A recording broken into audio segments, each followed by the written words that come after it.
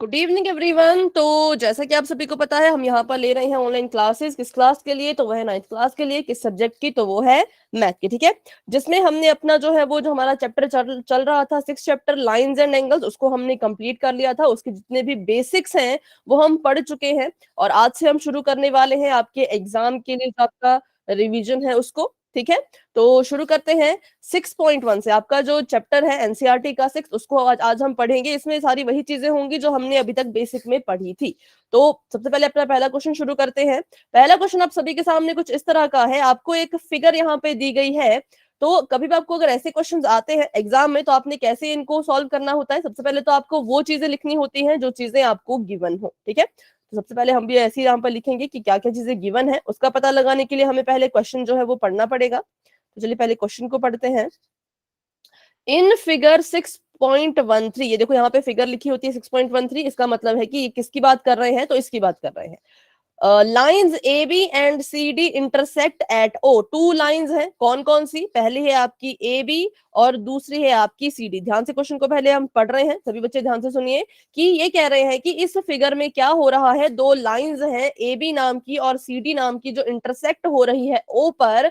If AOC plus BOE equals to 70 degree. तो इसके लिए हमें क्या करना पड़ेगा? पहले हमें एंगल्स बनाने पड़ेंगे, क्योंकि एंगल्स के बारे में कुछ इंफॉर्मेशन यहाँ पे दी गई है। ठीक है, तो मैंने क्या किया, पहले तो यहाँ पे ये लाइंस इंटरसेक्ट कर रही थी। कौन है? AB। तो ये आपकी A है, ये B है, ये C है और ये D है। ठीक है, और बीच में हमारे पास O है। यहाँ पर आप चाहे तो बच्चों अपनी मैथ की बुक भी साथ में रख सकते हैं, ताकि आपको फिगर देखने में कोई भी दिक्कत ना हो, है ना।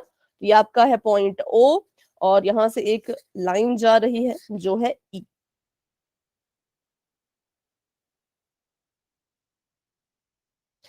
तो एंगल्स यहाँ पे कुछ बन रहे हैं।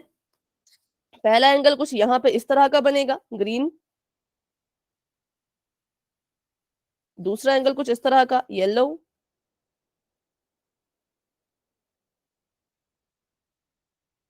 तीसरा एंगल मान लीजिए रेड,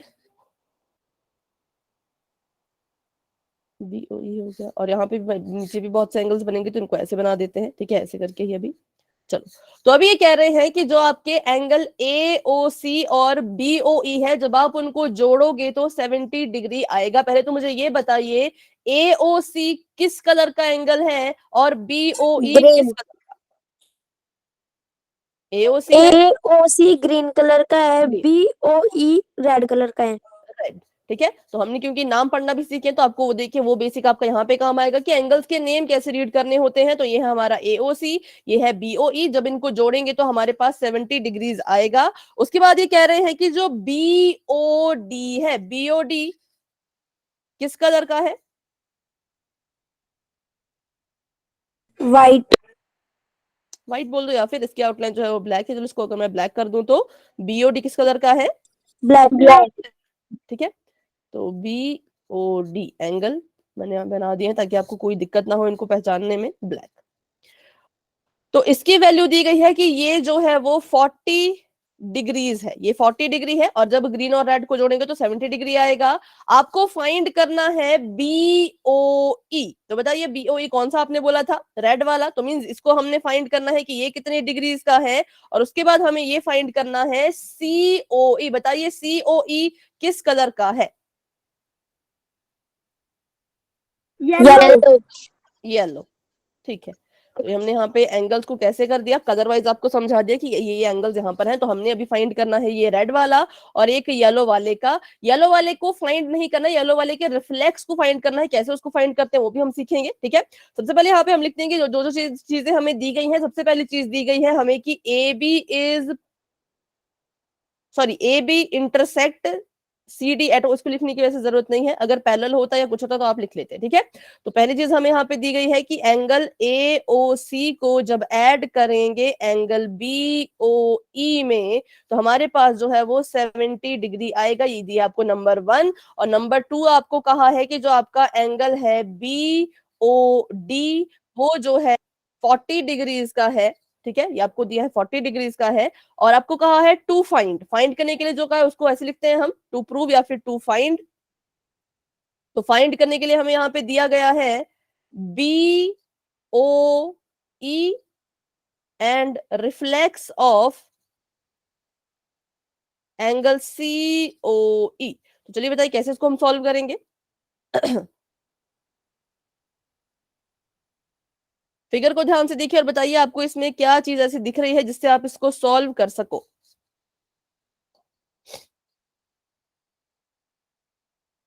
BOE, BOD आपका 40 डिग्री है, BOD के बराबर ही मुझे एक और एंगल लग रहा है, वो कौन सा होगा उसको ढूंढिए।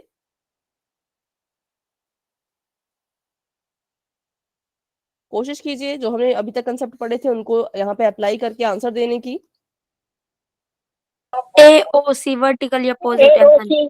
ठीक है, तो ये जो AOC है इसको हम कहेंगे कि ये क्या है। एक मिनट, इसको मैं नाम लिखती हूँ। ये जो AOC आपने कहा कौन सा अपोजिट एंगल। AOC ये जो एंगल है ये क्या है, ये वर्टिकली ऑपोजिट है किसके, तो BOD के। तो अगर आपका BOD 40 डिग्री का है तो आपका COA या फिर AOC भी कितने डिग्री का होगा, 40 डिग्री। अगर आपको समझ आ गया तो वाई टाइप कर दीजिए साथ साथ में, अगर आपको ये चीज क्लियर है तो।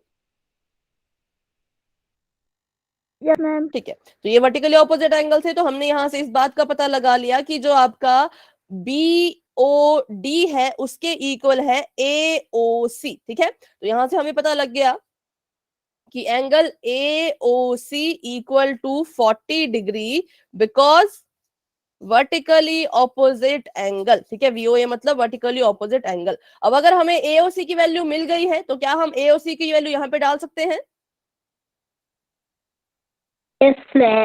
यस, तो हम क्या करेंगे, यहाँ पे लिख देंगे इसको 40 degree plus angle BOE equal to 70 degree. यहां से BOE की वैल्यू फाइंड करें तो angle BOE equals to 70 minus 40, और वो कितना होता है, वो होता है 30। ठीक है, तो BOE कितना डिग्री आ गया, 30 डिग्री।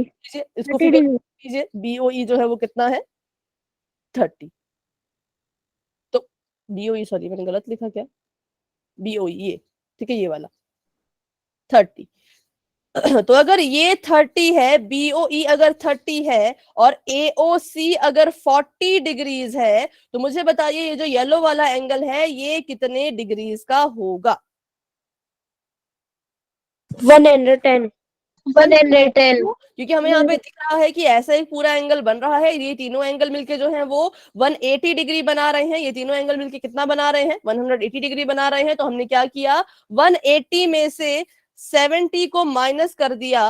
क्यों, क्योंकि इसको और इसको देखो ये पूरा बन रहा है, यहाँ पर पूरा एंगल यहाँ पे 180 का बन रहा है। दो की वैल्यू पता थी तो उनको ऐड कर दिया और 180 से माइनस कर दिया, तो कितना आ जाएगा 011, तो 110। तो हमारे पास जो है वो COE की वैल्यू कितनी आई, angle COE is equal to 110, क्योंकि यहाँ पे क्या बन रहा था, 180 डिग्री बन रहा था। ये यूं कहें तो लीनियर पेयर यहाँ पे बन रहा था। ठीक है, लीनियर पेयर की हेल्प से हमने क्या किया, तो इसकी वैल्यू को फाइंड कर दिया। लेकिन हमें पूछा है कि COE की वैल्यू नहीं चाहिए, इनको क्या चाहिए, इनको COE का रिफ्लेक्स चाहिए। तो किसी का भी अगर रिफ्लेक्स निकालना हो तो इसको आप चाहे तो नोट कर लीजिए, रिफ्लेक्स ऑफ एनी एंगल कितना होता है, तो उस एंगल को 360 में से माइनस कर दीजिए। 360 डिग्री माइनस द एंगल, हम कहेंगे वो उस एंगल का रिफ्लेक्स है। तो अगर COE की वैल्यू 110 है तो रिफ्लेक्स ऑफ COE कितना हो जाएगा, 250। ठीक है, reflex of angle COE is equal to 360, उसमें से माइनस कर देंगे हम किसको, 110 को, तो कर दीजिए माइनस 250। ठीक है, 052 250, तो 250 डिग्री हमारे पास आ चुका है COE का रिफ्लेक्स। तो इस क्वेश्चन को हमने पिछली क्लास में भी किया था, पर थोड़ा इसको हमने जल्दबाजी में किया था, अभी हमने इसको बिल्कुल डीपली कर लिया है। तो ऐसे जो इन क्वेश्चन को सॉल्व करना है, अगर आपको पता है कि कौन से वर्टिकली ऑपोजिट है, कौन से एडजेसेंट एंगल्स है, कहाँ पे लीनियर पेयर बन रहा है, कौन से कोरिस्पॉन्डिंग है, तो आप इन क्वेश्चन को अच्छे से सॉल्व कर पाएंगे। अच्छा, इस क्वेश्चन में किसी का कोई डाउट है तो फटाफट से पूछ लीजिए।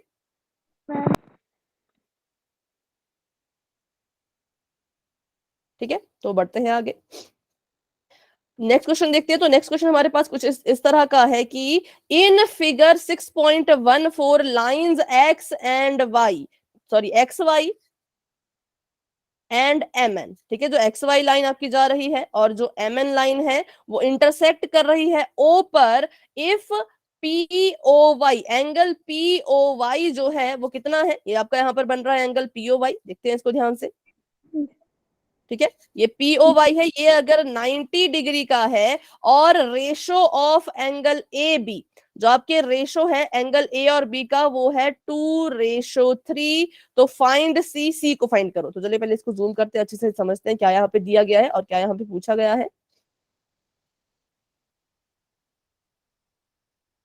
आपको बोला है कि यहाँ पे जो है वो एम एन है और एक्स वाई है, ये क्या कर रहे हैं, तो ये इंटरसेक्ट कर रहे हैं इस पॉइंट ओ पर, ये पॉइंट है ओ, और 3-4 एंगल यहाँ पे बन रहे हैं। पहला एंगल ये बन रहा है 90 डिग्री का, इसकी वैल्यू हमें दी है, और बाकी के बचे एंगल्स हैं ये एंगल ए, ये है, ठीक है, एंगल ए, ये है एंगल बी, और ये है एंगल सी। तो आपको एंगल ए और एंगल बी का जो है वो रेशो दिया है और इसकी वैल्यू दी है, और आपको बोला है कि सी की वैल्यू को जो है वो फाइंड कीजिए। तो कैसे फाइंड करेंगे, क्या आपको लगता है?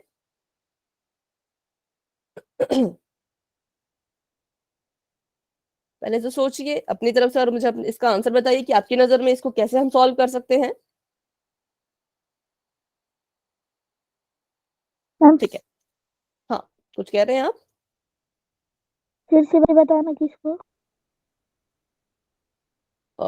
फिर से रिपीट करें।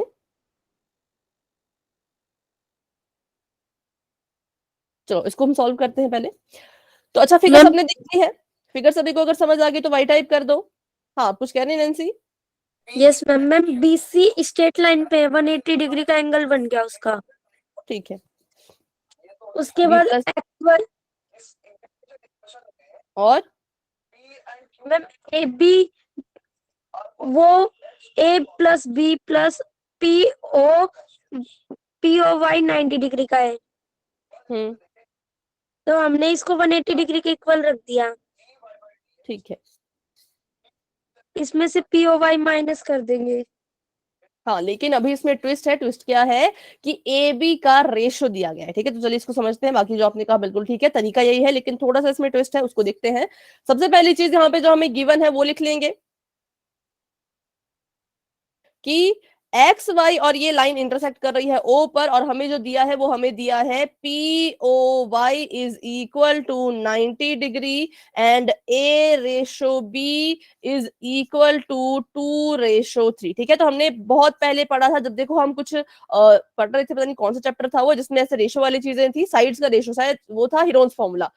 अच्छा, आपने नहीं पढ़ा है वो, सॉरी सॉरी, आपका रिवीजन नहीं हुआ था। तो उसमें भी देखिए रेशो हमें दिखता है, तो हम क्या करते हैं, जहां पे भी आपको किसी भी चीज का रेशो दिखे, ठीक है, ध्यान से सुन लीजिए, ये सिर्फ इस चैप्टर के लिए नहीं है, कहीं पे भी आपको किन्हीं दो चीजों का अगर रेशो दिखता है तो उसको कैसे लिखा जाएगा, उसको लिखा जाएगा कि ए की जो वैल्यू है वो 2x है और b की जो वैल्यू है वो 3x है। मतलब कि हम इसमें अपनी मर्जी से कोई वेरिएबल मल्टीप्लाई करते हैं, क्योंकि रेशो का वही तो मतलब है। देखो, अब ये जो a रेशो बी है, इसका मतलब है कि a बटा बी, और इसका मतलब है 2/3, ठीक है। तो ये 2/3 रेशो में कब बना होगा, जब हमने किन्हीं बड़े नंबर्स को कट किया होगा। जब मैंने 24 और 36 को काटा, देखो जब मैं 24 और 36 को काटूंगी तभी तो आएगा, 12 2 = 24, 12 3 = 36। तो इसका मतलब कि हमें इस 2 में 12 को मल्टीप्लाई करना है, 3 में भी 12 को मल्टीप्लाई करना है, ये पता करने के लिए कि हमारे एक्चुअल नंबर्स क्या क्या है। ध्यान से मेरी बात सुनिए, मैं इसको फिर से रिपीट कर रही हूँ, बहुत इंपॉर्टेंट ये चीज है। कहीं पे भी आपको किन्हीं दो चीजों का, किन्हीं तीन चीजों का रेशो देखने को मिलता है, तो आप क्या करेंगे, उसकी वैल्यू जब लिखोगे, देखो ए 2 के बराबर है क्योंकि 2 पहले लिखा है, बी 3 के बराबर है क्योंकि 3 बाद में लिखा है, पर एक्चुअल में ये 2 और 3 के बराबर नहीं होते। एक्चुअल में जो ए है उसकी वैल्यू होगी 2x और बी की वैल्यू होगी 3x, ठीक है। जो वेरिएबल इसको दोगे वही वेरिएबल इसको भी देना है। वेरिएबल क्यों दे रहे हैं, वेरिएबल के साथ मल्टीप्लाई क्यों करवा रहे हैं, क्योंकि ये रेशो में है, रेशो मतलब बटे में। तो 2 और 3 बटे में कब आए होंगे, जब हमने किन्हीं दो बड़े नंबर्स को काटा होगा, ठीक है। तो अब मान लीजिए 24 और 36 को काटने पर मुझे 2/3 मिला, 2:3 मिला। तो मुझे एक्चुअल नंबर का जब पता करना था तो मुझे इसमें भी 12 मल्टीप्लाई करना पड़ा, तो इसमें भी 12 मल्टीप्लाई करना पड़ा, तब जाके मुझे पता लगा कि असल में ये 24 और 36 थे। ठीक है, तो इसलिए रेशो वाले हमेशा, हीरोज के फॉर्मूले में भी ऐसा होता था कि आपको जो है रेशो दिया जाता था साइड्स का, तो उसमें भी हम क्या करते थे, उनको अपनी मर्जी से एक वेरिएबल से मल्टीप्लाई करवाते थे। ये उसके पीछे का रीजन होता है। ठीक है, तो अभी आप सभी को समझ आ गया होगा रेशो को कैसे हटाना है। तो बस वेरिएबल दे दो और उनको ऐसे कैसा लिख दो। अब हमें यही चीज पता करनी है कि ए की वैल्यू कितनी है। यहाँ पे तो उन्होंने कहा कि इनका रेशो 2/3 है, पर हमें ए की एक्चुअल वैल्यू चाहिए। इसका मतलब हमें 2 के साथ कोई नंबर मल्टीप्लाई करना है, कौन सा, उसी को तो निकालना है, उसी की वैल्यू को तो हम निकालेंगे। ठीक है, तो अगर आपको ये चीज अभी के लिए यहां तक समझ आ गई है तो वाई टाइप कर दीजिए, डाउट है तो फिर से पूछ लो, क्योंकि ये बहुत इंपॉर्टेंट है, ये कंसेप्ट बहुत इंपॉर्टेंट है जो अभी अभी हमने सीखा रेशो वाला। ठीक है, डाउट होगा तो पूछ लेना खुद ही, है ना। चलिए तो बढ़ते हैं आगे। तो अभी हमने क्या किया, रेशो को हटा करके यहाँ पे इसको भी 2 × x लिख दिया, इसको 3 × x लिख दिया। अब जो आपने कहा बिल्कुल सही कहा था कि अगर हम ध्यान से देखें इस फिगर में, तो इस फिगर में हो क्या रहा है, ये 3 एंगल जो है वो मिलकर के लीनियर पेयर बना रहे हैं। पर हमने पढ़ा है कि सिर्फ 2 ही एंगल लीनियर पेयर बनाते हैं, वो एडजेसेंट होने चाहिए, है ना। तो यहाँ पे भी ऐसा मान लीजिए, अगर आप इसको 3 नहीं मानना चाहते तो इसको एक एंगल मान लो, यहां से यहां तक पूरा एक एंगल हो गया, इसका नाम हो जाएगा a+b। ठीक है, a+b जो एंगल है और 90 डिग्री का जो एंगल है वो मिलकर के लीनियर पेयर फॉर्म कर रहे थे, इसलिए हम क्या कर सकते हैं, यहां से ए और बी की वैल्यू को निकाल सकते हैं। तो हम क्या करेंगे सबसे पहले, तो क्योंकि हमें ये चीज गिवन है, गिवन नहीं सॉरी, हमें दिख रहा है कि एक्स वाई क्या है, लाइन है, यहाँ पे लिखा है, क्योंकि यहाँ पे लिखा है कि एक्स वाई क्या है, लाइन है, इसलिए हमने मान लिया कि ये स्ट्रेट लाइन है, स्ट्रेट लाइन पे एंगल्स बन रहे हैं तो वो लीनियर पेयर बना रहे होते हैं। तो हम इसको लिखेंगे यहाँ पर a+b+ angle POY is equal to 180 degree, क्योंकि यहाँ पे फॉर्म हो रहा है लीनियर पेयर। ठीक है, अब a की वैल्यू कितनी है, तो a की वैल्यू हमारे पास 2x है, 2 नहीं है 2x है, b की वैल्यू हमारे पास 3x है और POY हमारे पास 90 डिग्री का है। और ये पूरा किसके इक्वल है, तो ये पूरा 180 डिग्री के इक्वल है। तो अभी इसको अगर हम सॉल्व करें तो कितना आएगा, 2x + 3x equal to 5x plus 90 degree equal to 180 degree, 5x equal to 180 minus 90। यहां से मुझे फटाफट से x की वैल्यू निकाल के बताइए सभी बच्चे, आपकी प्रैक्टिस हो जाएगी साथ साथ में। यहां से मुझे x की वैल्यू को फाइंड करके बताइए, x की वैल्यू कितनी आ रही है। 18 M18 ठीक है, तो x यहाँ पर ऐसे कैसा रहेगा, इसमें से आपने इसको माइनस किया तो 90 और बटे में 5, इसको काटेंगे तो आप कह रहे हैं 80। ठीक है, तो 18 डिग्री यहाँ पे हमारे पास आंसर आ चुका है। पर ये किसकी वैल्यू है, ना तो ये a की वैल्यू है ना तो ये b की वैल्यू है, ये तो किसकी वैल्यू है, ये तो इस x की वैल्यू है। ठीक है, ये हमने इस चीज का पता लगा लिया कि हमने किस नंबर से अपने इन जो रेशो था उसको मल्टीप्लाई करना है ताकि हमें एक्चुअल वैल्यू मिल सके। तो हम क्या करेंगे, इस x से मल्टीप्लाई करवा देंगे पहले a में। तो a था हमारे पास 2 × 18, तो यहां से पता कीजिए a कितना आया, और b आपके पास है 3 × 18, यहां से पता कीजिए b कितना आया। ए तो 30 आया है, कितना, 30, 36 36। ठीक है, और b 54 54 तो ये आपके a और b की एक्चुअल वैल्यूज हैं, कितनी, 36 और 54। अब देखो जो मैंने आपको कंसेप्ट बताया था, चलो उसको चेक कर लेते हैं कि हमने ठीक किया कि नहीं किया। तो अगर मैं 36 और 54 का रेशो करूं तो मुझे पता है ये दोनों 18 के टेबल में आते हैं, 18 2 = 36, 18 3 = 54। तो देखो मेरे पास आ चुका है 2:3, तो ये मेरे पास आंसर यहाँ पर आ चुका है। ठीक है, तो ये होता है रेशो का मतलब कि ये जो चीज बनी है ये बड़े नंबर्स को कट करने पे बनी है। जब भी कोई चीज रेशो में दी जाती है तो हमने ये पता करना होता है कि वो बड़ा नंबर कौन सा था, क्योंकि 2:3 तो किसी से भी बन सकता है, लेकिन इस क्वेश्चन में वो किस वैल्यू को डिनोट कर रहे हैं उसका पता हम ऐसे लगाते हैं, ठीक है। तो अभी हमने सीख लिया कि रेशो हो तो हमेशा वेरिएबल देना है और उस वेरिएबल की वैल्यू किसी ना किसी तरह से फाइंड हो जाती है। तो अभी ए की वैल्यू हमारे पास आ चुकी है, ए की वैल्यू है हमारे पास 36 डिग्री और बी की वैल्यू हमारे पास 18 डिग्री। ए बी की वैल्यू तो पूछी भी नहीं थी, पूछी हमसे सी की वैल्यू है। तो अब बताइए सी को आप मैम कैसे बी की फाइंड, वैल्यू 54 है। ओ सॉरी, ठीक है 54, और आपने निकालनी है यहाँ पे सी की वैल्यू। तो बताइए सी की वैल्यू कितनी होगी, कैसे आप निकालेंगे, ध्यान से फिगर को अगर देखें तो।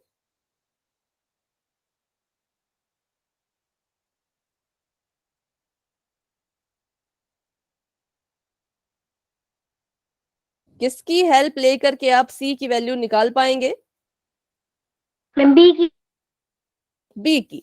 बी 54 है, बी और सी मिलकर के लीनियर पेयर फॉर्म कर रहे हैं, तो हम समझ गए कि बी सी ने जो है वो लीनियर पेयर बना लिया है। अगर बी जो है वो कितने डिग्रीज का है, 54 डिग्रीज का है, तो सी कितने डिग्री का होगा, कैसे निकालेंगे, 180 माइनस 54, ठीक है। तो लिखिए, इसको सॉल्व कर लेते हैं यहाँ पर।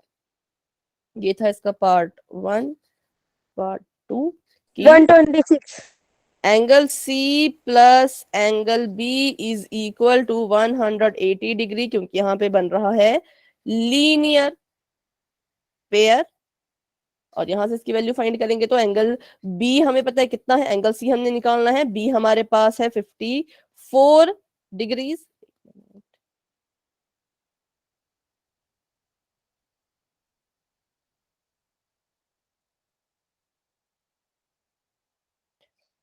ठीक है, इसको माइनस करेंगे तो बहुत से बच्चों ने लिख दिया है कि 126 आ रहा है, तो ठीक है, इसका मतलब 126 ही इसका आंसर आ रहा होगा।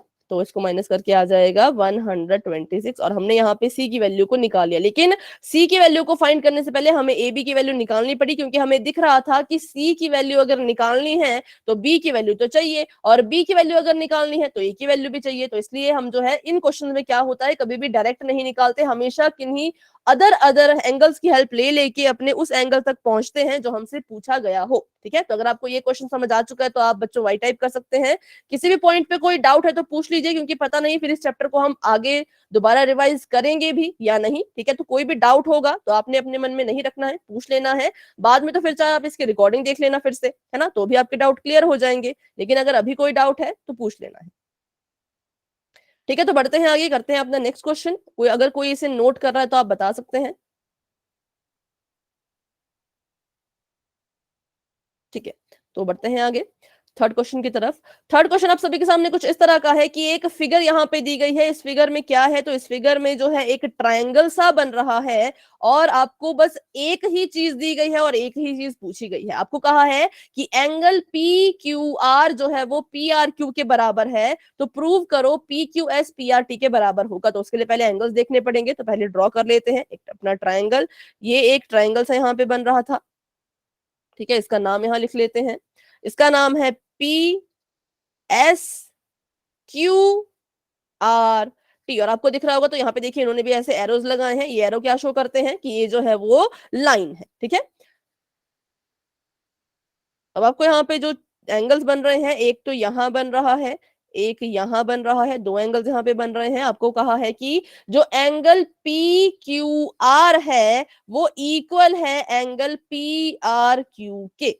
तो कौन कौन से एंगल हैं, एक तो पी क्यू आर वो इक्वल है एंगल पी आर क्यू के। पी क्यू आर कहाँ है, तो इसका नाम पी, इसका नाम क्यू, इसका नाम आर, तो इट मींस ये वाला एंगल है पी क्यू आर। और पी आर क्यू कहाँ है, तो बिल्कुल इसके साथ में पी आर क्यू, तो ये ठीक है, ये वाला एंगल है पी आर क्यू। ये कह रहे हैं कि अगर ये दोनों एंगल बराबर हैं तो आप इस चीज को प्रूव कीजिए कि जो आपके एंगल हैं पी क्यू एस और पी आर टी, बताइए पी क्यू एस किस एंगल के बिल्कुल बगल में है, P Q S.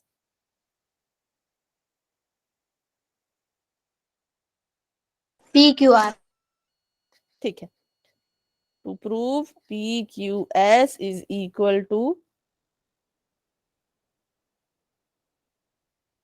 P R T. आपने कहा किसके, बिल्कुल पी क्यू एस के, तो मतलब यहाँ पे पी क्यू एस जो है वो एंगल वो यहां पर बन रहा है ऐसा, ठीक है। और पी आर टी कहाँ बन रहा है, P Q are. P R Q.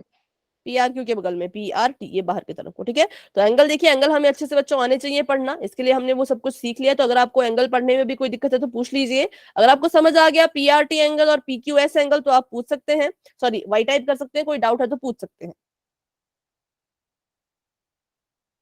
क्योंकि इसमें क्या होता है, ज्योमेट्री में ना छोटे छोटे जो पॉइंट होते हैं उनमें हम फंस जाते हैं, ठीक है। अभी तो हमें लगता है कि हाँ ये तो आ रहा है, ये तो इजी है, पर जब खुद करते हैं तो छोटे छोटे पॉइंट्स में हम फंस जाते हैं कि एंगल कभी कभी पढ़ने में दिक्कत हो जाती है ना। तो ये कह रहे हैं कि अगर ये वाला एंगल जो है वो इस वाले एंगल के बराबर है तो आप ये प्रूव कीजिए कि ये वाला एंगल जो है वो इस वाले एंगल के भी बराबर होगा। तो चलिए करते हैं इसको प्रूव। कैसे इसको प्रूव करेंगे, सोचिए और बताइए। सबसे पहले तो हमने देखा कि इन एंगल्स के बीच में क्या बन रहा है।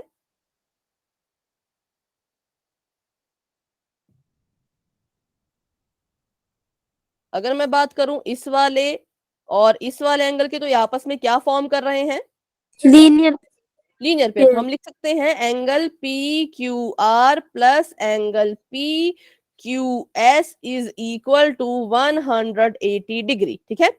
और ये हमारे पास आ गई क्वेश्चन नंबर 1, और इसको हम कह सकते हैं क्योंकि यहाँ पे लीनियर पेयर बन रहा है। तो देखो इन क्वेश्चन को सॉल्व करने के लिए कोई फॉर्मूला नहीं होता, बस जो चीजें आपको नजर आती है ना उनको लिख लिया करो, ठीक है। जितनी भी चीजें आपको नजर आती है हमारे एंगल से जुड़ी हुई वो आपने लिख लेनी होती है, क्योंकि उससे ही घुमा फिरा के फिर हम आंसर तक पहुंचते हैं। जैसे मैंने देखा कि यहाँ पे तो ऐसे कुछ प्रूव करने के लिए कोई चीज है नहीं, ना वैल्यू दी है ना कुछ दिया है, बस इतना दिया था, एंगल्स के नाम दिए थे। तो हमने भी वही किया कि एंगल्स के नाम उठा करके कहा कि पहले जो दो एंगल्स हैं ये वाले, ये लीनियर पेयर बना रहे हैं, और बात करें इनकी तो ये भी लीनियर पेयर ही बना रहे हैं। तो it means angle P R T जो है उसको जब हम ऐड करेंगे पी आर क्यू के साथ तो यहां पर भी 180 डिग्री ही आएगा। ये इक्वेशन नंबर 2 हो गई। और इसको भी हम क्या रीजन देंगे, तो रीजन यही है कि यहां पर भी लीनियर पेयर जो है वो बन रहा है, ठीक है। अब जो चीज गिवन होती है उसका भी आपको कभी ना कभी यूज करना ही होता है और वो आपके काम आती ही आती है। तो इस गिवन जो हमें दिया है, ये जो स्टेटमेंट यहाँ पे दी है, इन्होंने कहा कि जो आपका एंगल है पी क्यू आर और पी आर क्यू ये दोनों एक दूसरे के बराबर हैं।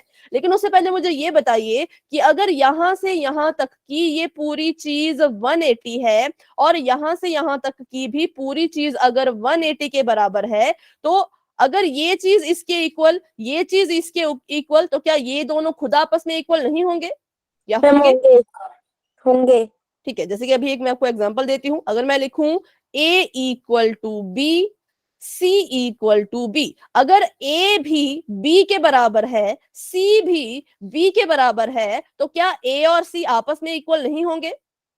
होंगे होंगे, क्योंकि अगर मैं b की जगह पे कोई वैल्यू लिखूं, अगर मैं लिखूं कि a जो है वो b नहीं है, चलिए 1 है, और c भी जो है वो 1 है, तो a और c दोनों 1 1 थे, तो हम कहेंगे a equal to c equal to 1, ठीक है। कि अगर कोई दो अलग अलग चीजें एक ही चीज के बराबर आपको लिख के दी गई हो, तो आप समझ जाइएगा कि वो दोनों आपस में भी बराबर होती हैं, ठीक है। इसे कहते हैं हम, एक रूल ये होता है। तो देखो यहाँ पे फिर से मैं आपको रिपीट करती हूँ कि ये वाली चीज 180 के इक्वल थी, दूसरी चीज भी 180 के इक्वल थी, पहली चीज भी 180 के इक्वल है, दूसरी चीज भी 180 के इक्वल है, तो ये दोनों आपस में भी इक्वल होंगी, ठीक है। इसके लिए हमने अभी जो थोड़ा सा एक छोटा सा एग्जांपल भी कर लिया। तो इसको हम ऐसे लिख सकते हैं, इसको हम लिख सकते हैं कि जो आपका एंगल है P Q R plus angle P Q S, ये पूरी की पूरी टर्म इक्वल है angle P R T plus angle P R Q के, ठीक है। इसमें किसी को कोई डाउट है तो पूछ लीजिए, अगर आपको समझ आ चुका है तो आप वाई टाइप कर सकते हैं।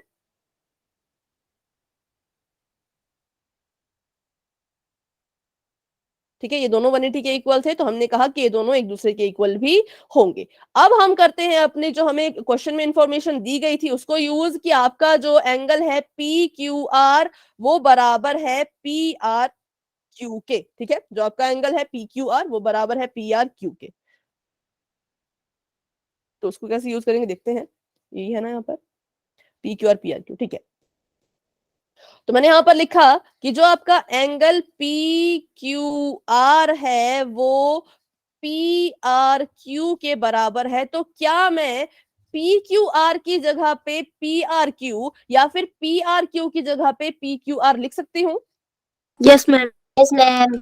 yes, क्योंकि हमने पढ़ा है, देखो अगर अगर हम कहते हैं कि x इज इक्वल टू 10, तो जहां जहां पे x लिखा रहता था वहां वहां पे हम 10 लिख सकते थे, है ना। तो जब दो चीजें एक दूसरे के इक्वल होती हैं तो हम उनकी वैल्यू को रिप्लेस कर सकते हैं, पी क्यू आर की जगह पे पी आर क्यू और पी आर क्यू की जगह पे पी क्यू आर लिख सकते हैं, क्योंकि दोनों इक्वल है, दोनों एक जैसे हैं, कुछ भी लिखो कोई फर्क नहीं पड़ेगा, ठीक है। तो अभी करते हैं इसको चेंज और लिखते हैं पी क्यू आर की जगह पे पी आर क्यू। आप चाहो तो पी आर क्यू को भी डिस्प्लेस कर सकते हो, लेकिन मैं पी क्यू आर को कर रही हूँ, ठीक है।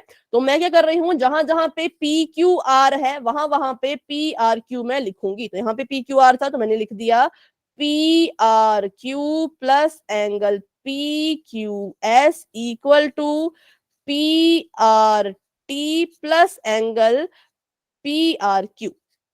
तो जब हम किसी की वैल्यू को रिप्लेस करेंगे तो एक को ही करना है, ऐसा ना करें कि आपने दोनों को कर दिया कि पी क्यू आर की जगह पे इसको लिख दिया और इसकी जगह पे इसको लिख दिया, ऐसा ना करें, सिर्फ एक को ही करें, ठीक है। ऐसा करें कि आपकी जो ये वाली वैल्यू है इस वाली वैल्यू के बराबर आ जाए। तो अगर आप पी क्यू आर को चेंज कर रहे हो तो इसको चेंज नहीं करना है, अगर आप इसको चेंज कर रहे होते तो आप इसको चेंज नहीं करते, पी क्यू आर को ऐसा का ऐसा रखते, पी आर क्यू की जगह पे पी क्यू आर लिख देते, ठीक। क्यों? क्योंकि दोनों बराबर हैं, दोनों को आप जैसे मर्जी लिखो, इन पे कोई फर्क नहीं पड़ेगा, दोनों एक जैसे हैं, ठीक है। तो अभी देखिए, अभी यहाँ पर अगर हम क्या करें, ये आपके पास है P R Q plus P Q S, मुझे दिख रहा है कि यहाँ पे भी पी आर क्यू, यहाँ पे भी पी आर क्यू, तो क्यों ना मैं इनको एक साथ लिख लूं। तो मैंने यहां से इसको उठाया और इक्वल टू के इस तरफ मैं इसको लेके आई। जब मैंने इसे इक्वल टू के इस तरफ लिखा तो इसका साइन कौन सा हो जाएगा? माइनस। माइनस का। तो ये बन गया माइनस का पी आर क्यू और उसके ऑपोजिट में जो है वो रह गया पी आर टी, ठीक है। अब देखो तो ये भी पी आर क्यू है, ये भी पी आर क्यू है, दोनों सेम है बिल्कुल। तो यहाँ ये प्लस का है, ये माइनस का है, तो दोनों जब माइनस हो जाएंगे तो क्या आंसर आएगा? कट जाएंगे मैम, 0। कट जाएंगे। हमारे पास एक पी आर क्यू था और उसमें से हमने एक ही पी आर क्यू को माइनस कर दिया तो 0 बचेगा। तो जब ये आपस में कट गए तो हमारे पास बच गया P Q S equal to angle P R T, ठीक है। तो और हमें यही चीज कही गई थी प्रूव करने के लिए कि किसी तरह से आप प्रूव करके बताइए कि जो पी क्यू एस है वो एंगल पी आर टी के बराबर है। कंडीशन क्या थी? कंडीशन ये थी कि अगर अंदर वाले दो एंगल्स एक दूसरे के बराबर हैं तो ये प्रूव कीजिए कि बाहर जो एंगल्स बन रहे हैं वो भी एक दूसरे के बराबर ही होंगे। तो प्रूव करने के लिए कोई चीज नहीं थी, हमने कहा क्या करें, तो हमने जो हमें दिखा उसको लिखते गए। हमने देखा कि ये दोनों मिलकर भी लीनियर पेयर बना रहे हैं, ये दोनों मिलकर भी लीनियर पेयर बना रहे हैं, तो इनको हमने ऐसे यहाँ पे लिख दिया। फिर हमने देखा कि अगर ये वाली चीज 180 के इक्वल है और ये वाली चीज भी 180 के ही इक्वल है तो ये दोनों आपस में भी इक्वल होंगे ही होंगे, तो इनको हमने एक दूसरे के इक्वल लिख दिया। फिर हमने यूज किया उस इंफॉर्मेशन को जो हमें क्वेश्चन में गिवन थी कि पी क्यू आर तो पी आर क्यू के बराबर है। तो हमने सोचा क्यों ना पी क्यू आर और पी आर क्यू को अलग अलग लिखने के बदले इनमें से किसी एक को सेम कर दिया जाए। तो हमने पी क्यू आर को हटा करके उसकी जगह पे पी आर क्यू लिख दिया, क्योंकि दोनों बराबर थे, आप अपनी मर्जी से कुछ भी लिख सकते हैं। जब हमने ऐसे लिखा तो हमने देखा कि यहाँ पे भी पी आर क्यू आ रहा था, यहाँ पे भी पी आर क्यू आ रहा था। तो जब भी आपको लेफ्ट हैंड साइड और राइट हैंड साइड में सेम टर्म नजर आती है तो उनको एक तरफ को आपने लाने की कोशिश करनी है। तो हमने वैसा ही किया, यहाँ से पी आर क्यू को उठा करके इक्वल टू के इस तरफ लेके आ गए और यहाँ पे बन गया ये माइनस का, ये प्लस का था, ये माइनस का था, दोनों कैंसल आउट हो गए। और कैंसल होने के बाद लेफ्ट हैंड साइड में ये बच गया, राइट हैंड साइड में ये बच गया, और यही था जो हमें प्रूव करना था। तो इस क्वेश्चन में किसी बच्चे को कोई डाउट है तो फटाफट से पूछ लीजिए, कोई डाउट नहीं है तो आप फिर से वाई टाइप कर सकते हैं। मैम, हाँ जी। मैम पी क्यू आर, हाँ, P R Q plus P Q S, इसके इक्वल हमने पी आर टी और पी आर क्यू रखा, तो हम पी आर क्यू को डायरेक्ट नहीं कर सकते, जरूरी है नेगेटिव में लाएं। डायरेक्ट कर सकते हैं लेकिन कुछ बच्चे कंफ्यूज हो जाते हैं ना, इसलिए मैंने इसको यहाँ पे लाया। जैसे आप कह रहे हैं कि डायरेक्ट ही काट दो ऐसे, अच्छा यहाँ पे ऊपर ही डायरेक्ट काट दो ऐसे। नो मैम, इसके नीचे वाले में जिसमें हमने दोनों को सेम प्रूव किया, पी आर क्यू। ऐसे ही काट दो यहाँ पे ऐसे करके, ऐसे आप कह रहे हैं? Yes ma'am. हाँ, इसमें ये क्या होता है कि ये शॉर्टकट है, ये वाला जो तरीका है ना ये बिल्कुल सही है। ऐसा नहीं कि आप करोगे तो गलत होगा, गलत नहीं होगा, ये बिल्कुल सही है, ऐसे भी काटा जाता है ये, क्योंकि ये शॉर्टकट है। लेकिन मैंने यहाँ पे लॉन्ग कट से इसलिए समझाया क्योंकि कुछ बच्चे नहीं समझ पाते कि ये कैसे कट गए, है ना। तो इसलिए ताकि उनको पूरे अच्छे से समझ आए कि यहाँ पे क्या हुआ, यहाँ पे साइन चेंज हुआ है, इसलिए हमने इसको काट दिया। यहाँ पे देखो जब इसको इस पार लेके आए तो माइनस का साइन आ गया, इसलिए हमने इसको यहाँ ला करके काटा, ठीक है। बाकी अगर आप ऐसे काटना चाहो तो ऐसे भी काट सकते हैं, ठीक है। और किसी का इसके अलावा कोई डाउट है तो बेटा आप पूछ सकते हैं, अगर समझ आ चुका है तो वाई टाइप कर देंगे।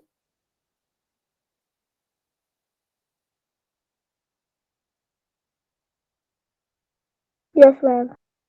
ठीक है, तो बढ़ते हैं आगे, अपना नेक्स्ट क्वेश्चन करते हैं। अब एक और क्वेश्चन यहाँ पर है, ये यहाँ पे कह रहे हैं कि आपको एक फिगर यहाँ दी गई है, उसमें क्या क्या आपको इसके बारे में क्या क्या इन्फॉर्मेशन दी है वो पहले पढ़ लेते हैं। बिल्कुल एक ही लाइन का सवाल है, छोटा सा।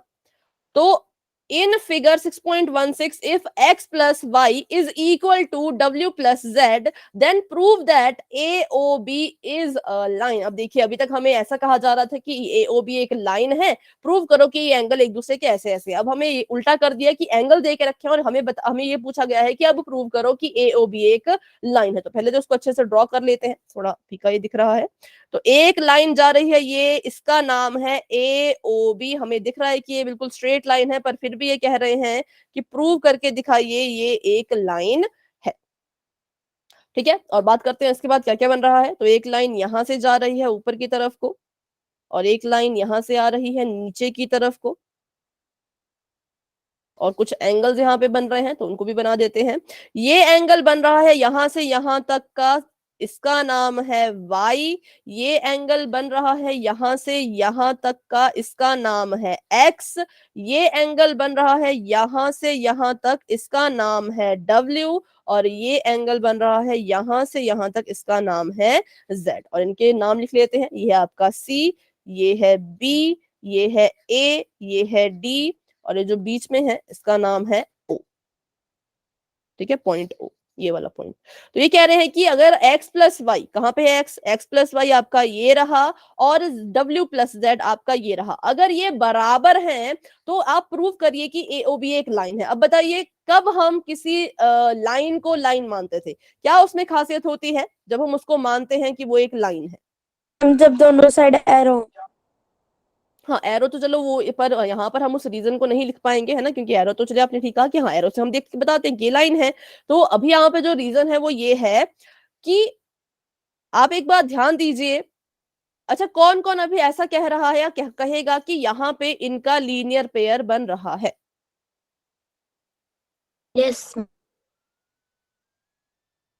मैम, लाइन वो अभी हम कह रहे हैं कि यहाँ पे लीनियर पेयर बन रहा है, पर क्या यहाँ पे लीनियर पेयर बनेगा?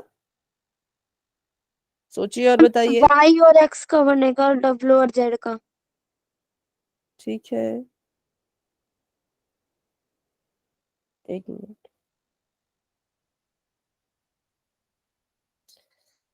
या फिर अगर हम इसको ऐसे लिखें, x plus Y is equal to W plus Z,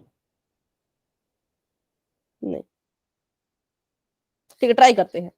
अभी के लिए देखो, हम ऐसा नहीं कह सकते कि यहाँ पे लीनियर पेयर बन रहा है, क्योंकि हमने क्या पढ़ा था, हमने पढ़ा था कि अगर आपके पास एक लाइन है, ठीक है, अगर आपके पास क्या है, एक लाइन है, और उसके ऊपर अगर दो एंगल्स बन रहे हैं, तो हम कहते थे कि लीनियर पेयर बन रहा है। तो अभी हम ऐसा शायद नहीं कह पाएंगे, क्योंकि हमें नहीं कंफर्म, ये तो बल्कि हमें कह रहे हैं कि आप बताओ ये लाइन है, हमें बता नहीं रहे कि लाइन है, ये पूछ रहे हैं कि आप इसको प्रूव करके दिखाओ कि ये एक लाइन है। तो लीनियर पेयर तब बनता था जब हमारे पास पहले से प्रूव्ड हो कि ये जो चीज यहाँ से जा रही है वो एक लाइन है। तो अभी के लिए हम नहीं कहेंगे कि ये एक लीनियर पेयर है। तो चलिए करते हैं शुरू, कैसे इसको सॉल्व करेंगे। सबसे पहले अपनी गिवन चीज लिख लेते हैं कि जो हमें गिवन है। अच्छा, पहले सभी को ये बात समझ आई कि ये लीनियर पेयर यहाँ पे अभी क्यों नहीं बन रहा? Yes doubt? क्योंकि हमें नहीं कंफर्म कि AOB एक लाइन है। अगर क्वेश्चन में दिया रहता कि AOB एक लाइन है, तब हम बिल्कुल कॉन्फिडेंट होके कह पाते कि हाँ यहाँ पे लीनियर पेयर बन रहा है, पर ऐसा कुछ कहा ही नहीं, तो हम कंफर्म नहीं कह सकते। ठीक है, तो गिवन ये था, और प्रूव करने के लिए हमें कहा है कि आप बस इतना प्रूव करके बता दो कि AOB इज अ लाइन। चलो तो करते हैं इसका शुरू। अभी हमने देखा कि कुछ हमें चारा नजर नहीं आ रहा इसको प्रूव करने का, तो हमने सोचा क्यों ना एंगल की यहाँ पे एडिशन हो रही है, एडिशन एडिशन ये खेल रहे हैं, तो हम भी एडिशन खेल लेते हैं। अगर मैं इन सभी एंगल्स को ऐड कर दूं तो मुझे बताइए सभी का सम कितने के बराबर होगा? 360 डिग्री।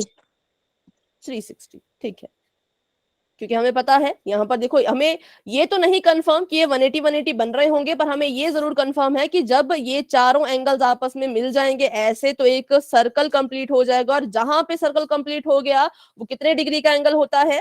360 डिग्री का। ठीक है, तो अगर आपको ये बात समझ आएगी तो फटाफट से आप y टाइप करेंगे कि हम लिख सकते हैं यहाँ पर x plus Y plus W plus Z is equal to 360 degree. ठीक है, तो ये चीज हमने लिख ली, हमारी इक्वेशन नंबर 1 है। अब फिर से उसी पॉइंट पे आते हैं कि अभी इसके आगे हमें फिर से नहीं कुछ प्रूव मिला कि क्या करें। तो अब हमने देखा कि हमें क्वेश्चन में एक इंफॉर्मेशन दी है कि x plus W plus Z के बराबर है। तो क्या हम x प्लस वाई या w प्लस जेड में से किसी एक की वैल्यू को रिप्लेस कर सकते हैं?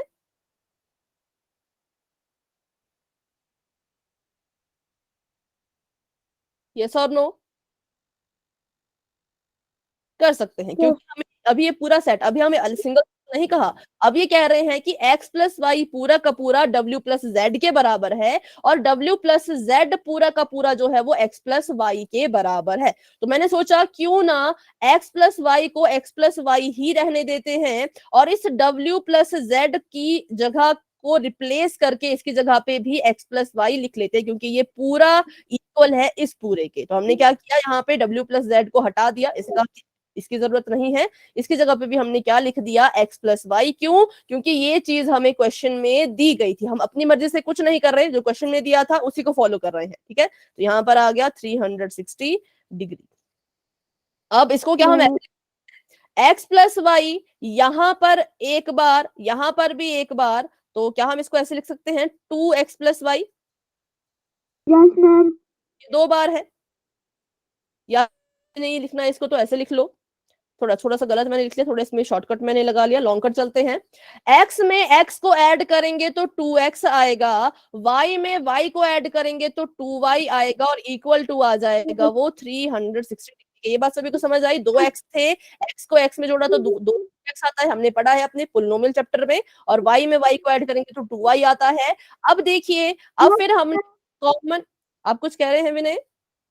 अच्छा ठीक है, फिर हम कॉमन फैक्टर के बारे में भी पढ़ा है। तो अब देखिए 2x और 2y में क्या चीज आपको कॉमन नजर आ रही है? 2 2 कॉमन है तो 2 को एक बार लिखेंगे। 2 के अलावा फर्स्ट टर्म के पास क्या बच रहा है? x और सेकंड टर्म के पास प्लस वाई। Plus Y. तो ये हमारे पास यहाँ पे बच चुका है ऐसा, हाँ, और हमने यहाँ लिख दिया 360। अब हमें पता है कि जब हम कॉमन लेते हैं तो जो चीज बाहर होती है, जिस चीज को हमने कॉमन लिया होता है, वो इस पूरे ब्रैकेट के साथ मल्टीप्लाई कर रही होती है। इसलिए हम x प्लस वाई को यहाँ पर अकेला अगर छोड़ना चाहें और 2 को अगर इक्वल टू के उस तरफ भेजना चाहें तो 2 यहाँ पर कर रहा है मल्टीप्लाई, उस पार जाके क्या डिवाइड करेगा? Divide 360 upon 2। तो करिए इसको डिवाइड और बताइए कि x प्लस वाई कितने के इक्वल आ रहा? ठीक है, वेरी गुड। तो आपका जो x प्लस वाई है वो यहां पर आ गया 180 डिग्री के इक्वल। तो इसका और y मिलकर के लीनियर पेयर बना रहे थे। ठीक है, हमें ये दिया नहीं था पर हमने इसको प्रूव किया। हमें बस इन्होंने इतना दिया था कि x प्लस वाई में जब x प्लस वाई जो है वो इक्वल है w प्लस जेड के, और प्रूव करने को कहा था कि आप ये साबित करके दिखाओ कि AOB एक लाइन है। तो हमने कहा चलो करते हैं ट्राई। तो हमने क्या किया, पहले तो सभी एंगल्स को ऐड करके लिख लिया और ये पता लगाया कि ये सभी एंगल्स को ऐड करेंगे तो कितने डिग्री के बराबर आएगा? 360 के। 360 ही क्यों लिखा? क्योंकि चारों एंगल्स को जोड़ दो, ये चारों एंगल्स ऐसे जोड़ के पूरा सर्कल बन रहा है, और सर्कल कौन सा एंगल होता है? फुल एंगल, और फुल एंगल कितने डिग्री का होता है? 360 का। इसलिए हमने इसको ऐसे लिखा।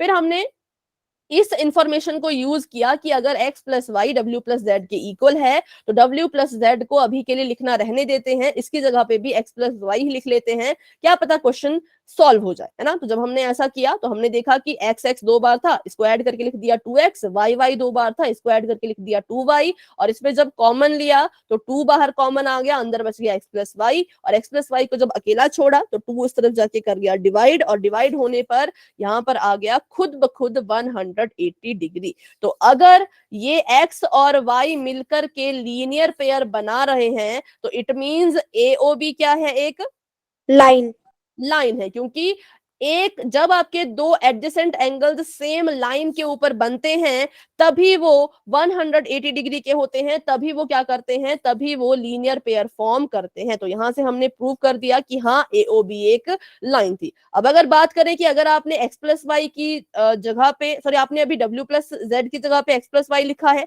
तभी ये प्रूव हो रहा है। अगर आप x प्लस वाई की जगह पे w प्लस जेड लिखेंगे तो क्या प्रूव नहीं होगा या होगा? होगा मैम। तब भी हो जाएगा। क्यों? क्योंकि देखा जाए एक्स तो वाई यहाँ की पर जगह डब्ल्यू और जेड आ जाएगा सारी जगह। W और Z आ जाएंगे, और W और Z भी तो यहाँ पर देखिए लीनियर पेयर ही बना रहे हैं। किसके ऊपर? A और B के ऊपर। तो आपको कभी भी जब देखिए, इसलिए मैं कह रही हूँ कभी भी किसी वैल्यू को रिप्लेस करना हो तो इसकी चिंता नहीं करने की किसको करो, किसी भी एक को कर दो, आप अपने आंसर तक किसी न किसी तरह से पहुंच ही जाओगे। ठीक है, तो अभी इस क्वेश्चन में अगर किसी भी स्टूडेंट का कोई डाउट है तो फटाफट से बच्चों आप पूछ सकते हैं।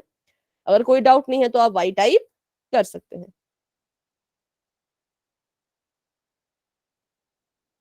ठीक है, सबसे पहले तो मुझे ये बताइए कि किस किस स्टूडेंट को इसके बेसिक पढ़ने के बाद ये और अच्छे से समझ आ रही है। हमको। ठीक है, अगर हम इसके बेसिक्स नहीं पढ़ते तो क्या आपको ये समझ आता कि क्या हो रहा है? No ma'am. मतलब थोड़ा बहुत आता पर थोड़ा नहीं आता, थोड़े हम कंफ्यूज रहते हैं। ठीक है, तो इसलिए हमें यहाँ से पता चल रहा है कि बेसिक्स पता होना बहुत ज्यादा इंपॉर्टेंट है ना, इसलिए हमने जो है वो बेसिक्स वाली क्लासेस ज्यादा शुरू करी है। ठीक है, तो बस यही था इसमें, अभी बेसिक हमने पढ़े हैं इसलिए हम इस चैप्टर को भी अच्छे से कर पा रहे हैं, है ना। तो बढ़ते हैं आगे। अभी देखो फिफ्थ क्वेश्चन है, यहाँ पे काफी लंबा है।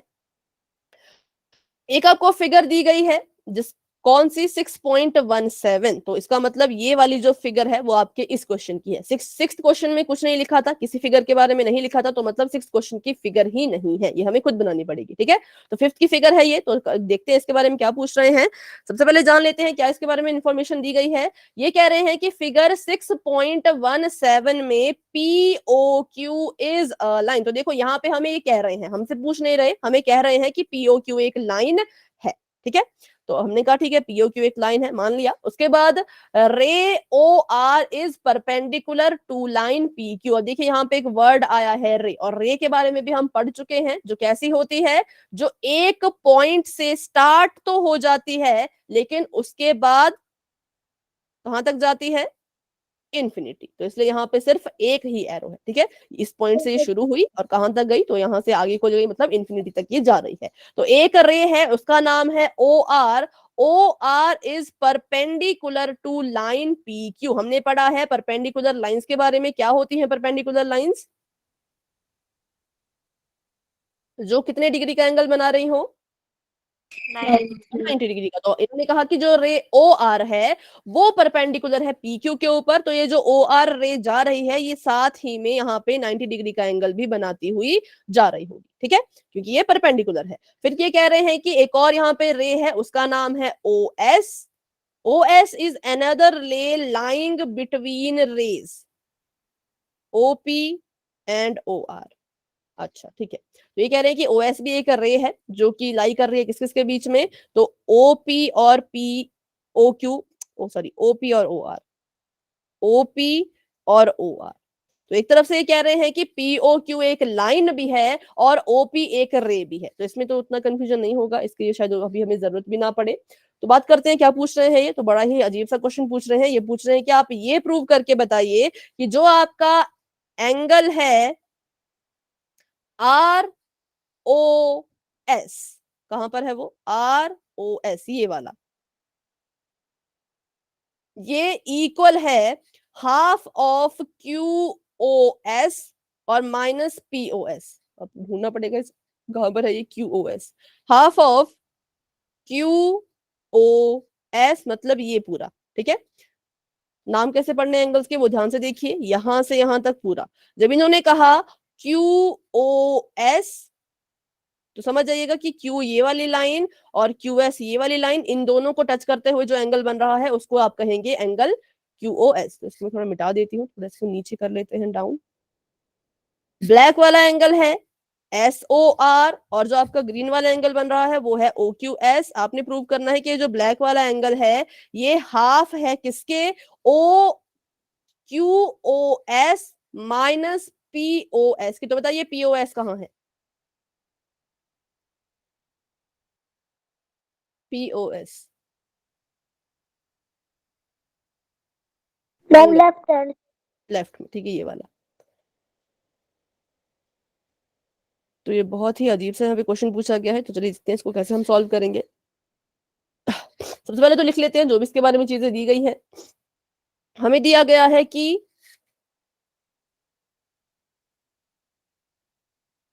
P O Q is a line, ठीक है, और उसके बाद आपको कहा गया है कि O R is perpendicular to P Q और ओ एस, ठीक है, ये ठीक है। तो अभी हमने प्रूव क्या करना है, प्रूव करने के लिए वो भी लिख लेते हैं। To prove angle R O S is equal to half of angle Q O S minus angle P O S. सबसे पहले इन एंगल्स को ही देख लेते हैं यहाँ पर। सबसे पहले तो मुझे बताइए किस किस के यहाँ पर लीनियर पेयर हैं जो बन रहे हैं। मिनट, एक मिनट।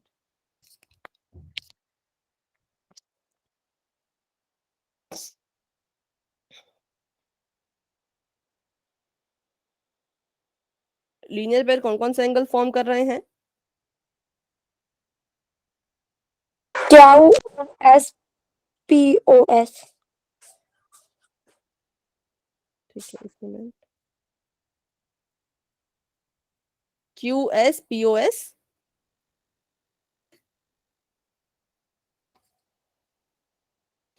पी और क्यू बहुत तरह के बन रहे हैं। एक तो ये पूरा, कितने एंगल्स इसमें इंक्लूडेड हैं? 3। ठीक है,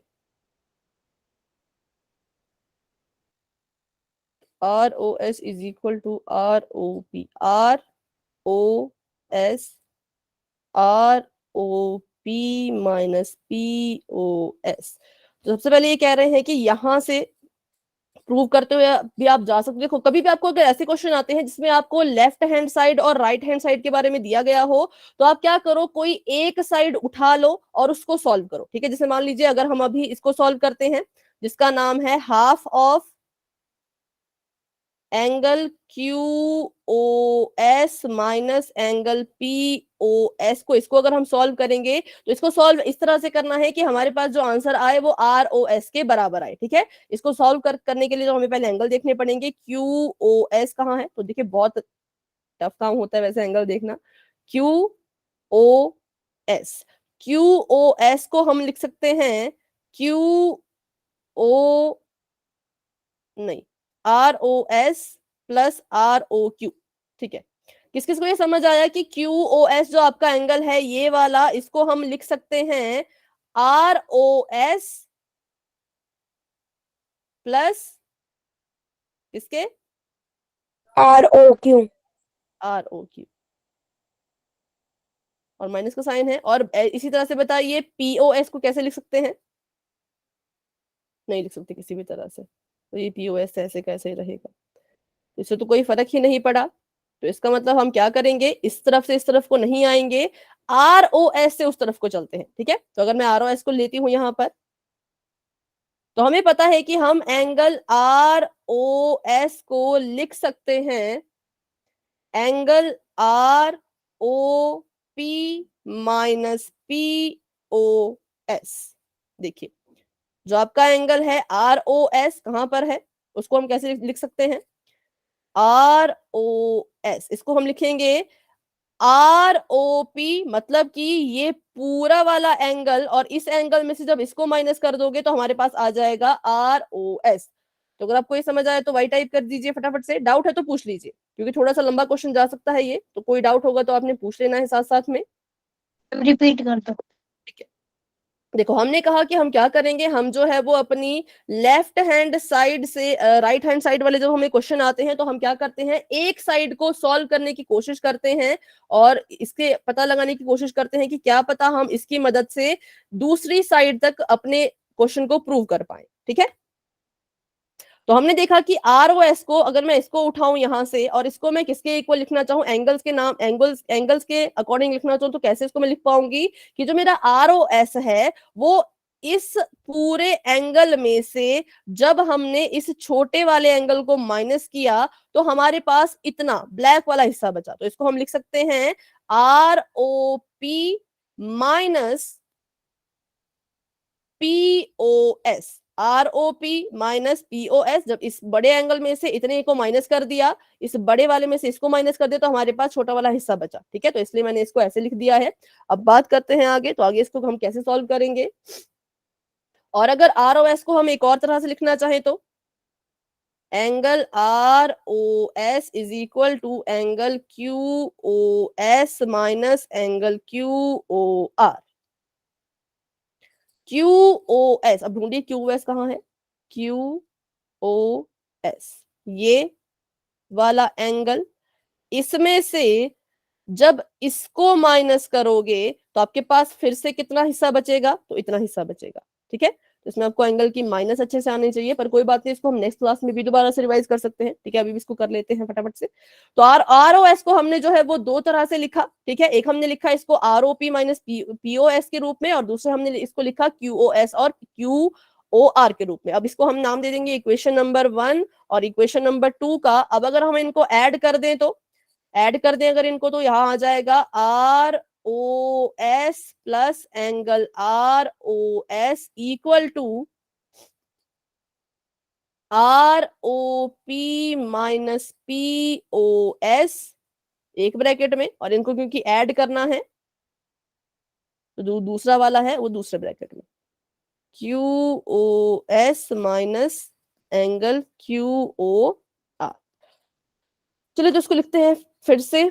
तो अगर आप इसको ऐड कर दो तो यहाँ पे कितना आ जाएगा, जब हम x प्लस एक्स करते थे तो कितना आता था, 2 times to of R x. S यहाँ पर आ जाएगा 2 times of ROS equal to, अब इसको देखते हैं तो यहाँ पे आ जाएगा ROP minus POS plus angle QOS plus QOR।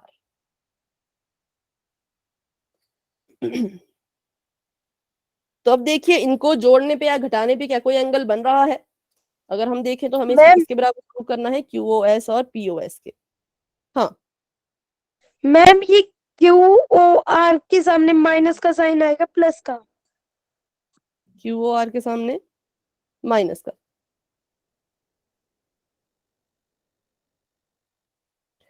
QOR और ROP, QOR ROP। ठीक है, देखो इसको मैं यहाँ पे बनाती हूं। ये आपका है QOR और ये आपका है ROP। ये दोनों मिलकर के क्या बना रहे हैं,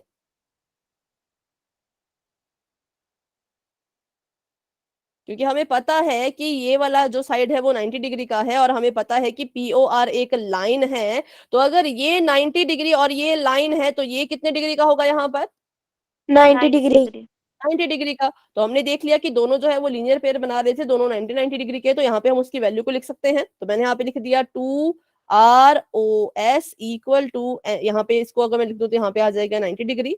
ठीक है, minus POS plus QOS minus 90 degree, यहाँ से 90 कट हो गया, और हमारे पास जो बच गया वो बच गया एंगल ROS, यहाँ पर 2 है, और यहाँ पर इसको पहले लिख लो, QOS को पहले लिख लो क्योंकि इसके पास प्लस का साइन है, बस साइन नहीं इसका अलग होना चाहिए, बाकी इसको आगे पीछे लिख सकते हैं। तो QOS को मैंने पहले लिख दिया, और माइनस का साइन POS को मैंने बाद में लिख दिया। और इसको अगर सॉल्व करें यहाँ पे तो ये आपके पास आ जाएगा angle ROS is equal to half of angle QOS minus angle POS।